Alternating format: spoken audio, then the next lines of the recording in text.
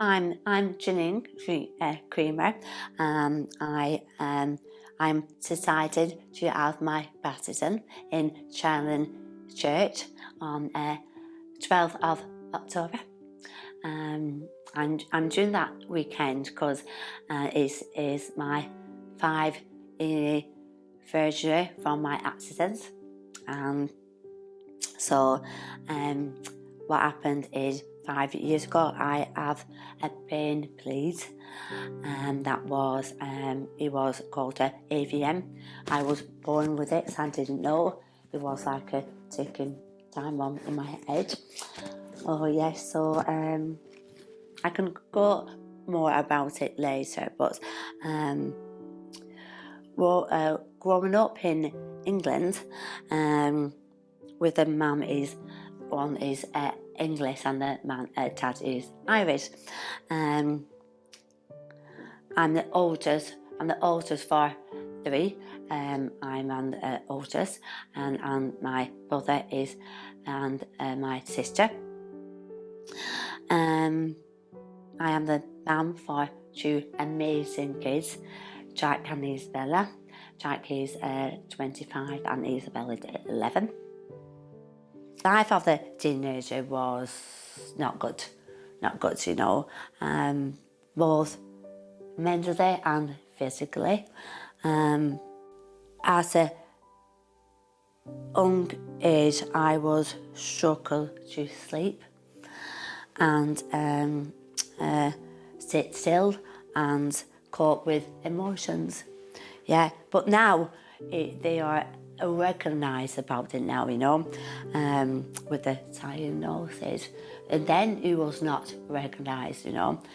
So I don't sleep with the insomnia, and I got sleep deserts, and then emotions went off the charts, you know. When I was 15, my life turned upside down. No longer living in home, and I took my first drug when I was 15. When I had my first drug, it was weekends. I was not living in home. I was very messed up then. Very messed up, you know. I didn't know where I belonged. I didn't think I was belong nowhere then. No one and no one. Nowhere and no one then, you know. It was very hard being away from my family, all my family then. But 17, I went back home again, yeah. But then Mum and Dad went to decided to go in Ireland, yeah. So then I went to work in Lanzarote. Where? Lanzarote for 1 year. Yes, and then I was missing all my family, things like that, you know. Then so I went over to Ireland, went to see her, and then never left, you know. And that was 26 years ago, you know. So yeah. So that's good. I made so much mistakes in my life, and I will put my hands up to that, you know. No one's perfect. It was very hard, very hard. I made so much of it with partners, with life choices, and then I got ups on cocaine. I was a functioning cocaine addict. Never stopped me being a very good mum. But I was strapped. I was strapped with a partner. I didn't know what I'm doing, you know. I was always go to work, always good. I was strapped, and I was needed help. I just needed help. And then about 2 months later, I suffered a massive brain bleed. Massive. It was October 11th, 2020, so that was going to be 5 years on my anniversary to get my baptism. That's why I chose that this weekend, you know. And I believe God and Jesus Christ are saying to me, it's your time now, this is your time, you know. I'm so happy with that, you know. My brain bleed is called, it is very, very rare, very, very rare. When I in the station in the room, about 8 weeks old, yeah, and he said that nerves get tangled in the brain, okay? Sometimes it will never rupture, yeah. Some people, if you get it, but unfortunately, mine ruptured when I was 39. So it was like a ticking time bomb in my head. Yeah. It was one Sunday on October the 11th, and it ruptured. I remember that my arm went numb and my speech then, you know, and I just said, thank God, my friend said over the night before, Janine, and I just said, get me a phone, I need to call my mum. And thank God she was coming, mum was coming to, I was doing dinner to all the family that day, yeah. And I wrote it, thank God she answered the phone, and I just said, Mum, come now. I couldn't get the words out, come round, and then I collapsed then, and I was airlifted to Cork, yeah. I did 6.5 hours operation in my brain. They said to my mum and dad that I would not walk and talk again. That's all that I chose them. Sure thing. Yeah, so, but when I was in the coma, yes. Before I woke up in the coma, I did have this dream. This dream was very real, very real. I was in England, where I was living, and there is this park called Ribbons Park, okay? And we always end there when we was younger. And so I remember I was chasing Isabel on the grass. I was footed, Isabel the same, and I was chasing her. It was so warm that I even remember the heat on my arms, you know. And Isabella, and she was laughing. I was chasing in the circle. And my mum and dad was saying, sitting in the benches, having the ice cream. I remember they was licking the ice cream, you know. And then Jack was working in Johnson, but there's no Johns in England. That's why. I remember he said, "Mum," and he had his John's uniform on. I said, I have to go. I'm going to be late. And I remember it was on the reserve ringing on the park. Okay, Lynn, I love you. See you later. I remember all the things. Yeah. And then I turned around.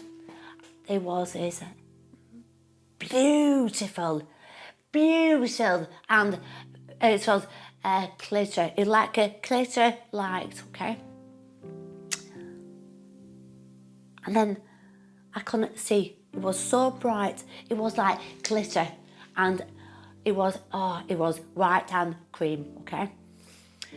I remember that Isabella was saying to me, Mum, when she was, Mama, her voice was going further and further away. And then I didn't know then, I didn't know I was dying, you know. And I said, and she said, Mummy, I remember, Mummy, don't leave. And I woke up from the coma. I'll never forget it. Never. That's hard for me to share. There was about 10 people I shared that story with. Amazing. So then I was woke up, and I knew I was in the hospital. Couldn't move or nothing. Then I knew I was in the hospital. The scent of peace come over me. It was beautiful, absolutely beautiful. And I woke up. I was in the sensitive care units and that. But I knew I just knew it. And now, you guys, it was a COVID times, so no one can go and see me. No one in my family could go and see me. It was a COVID time, so it was very hard and very, very upsetting. Yeah, very upsetting. And they said to me, they called my mum, and they said I was very, very agitated and was not speaking, but I was and crying, things like that. But so they said they want to see. Well, they said it might be better to come and see her, and they will know how I will react. They know that I know who I am, you know. So I remember the first time I seen her, then I couldn't walk or do nothing. I was blind on this side and I was deaf on this side. So everything on my right side was gone, inside and outside. Everything. I was blind on this side and my hearing was gone too. They come back, thank God they come back, but yeah, I was nothing. Inside too, everything inside. So I knew that when I can speak, I know that was the first time I prayed. That's my first time I prayed, yeah. That's why I come for Jesus, yeah. I said, when I can speak, and then I'm going to go to church, I'm going to do something about it, you know. I did, yeah, and I do. Then I met you and Philomena. And then she asked me, come to our church, you know, go to our church. The best thing I did was going to Shannon's church, you know. Absolutely amazing. When I was in Cork University for 6 months, and then I went to National Rehabilitation Hospital for a further 3 months. And I had to come home to my mum's house for 5 months in, and then I am home. When the seizures were very, very bad, I didn't see the way out one time. And I tried to end my life.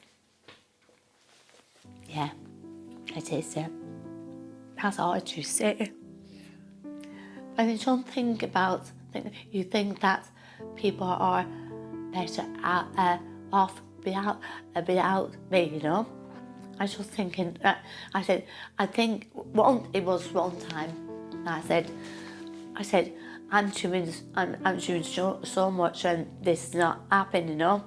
But then I knew then. I said, God saved me 3 times now. I said, you need something, do something about it, you know. I said, I'm meant to be here. I'm meant to be here. And everything about everyone around me is meant to be here, you know. Coming to Jesus was a small, slow process. I would say that it was. He gave me so much trials. I know now I'm able for it. All the trials he gave me, I didn't see it that way then, but I see it now. That I'm stronger. I'm here to do God's word now. And life daily is in God's hands and Jesus, you know. And I love to be in my life with him. I just love it. I couldn't believe, I couldn't see my life without God and Jesus anymore. No, yeah, and I'm very thankful.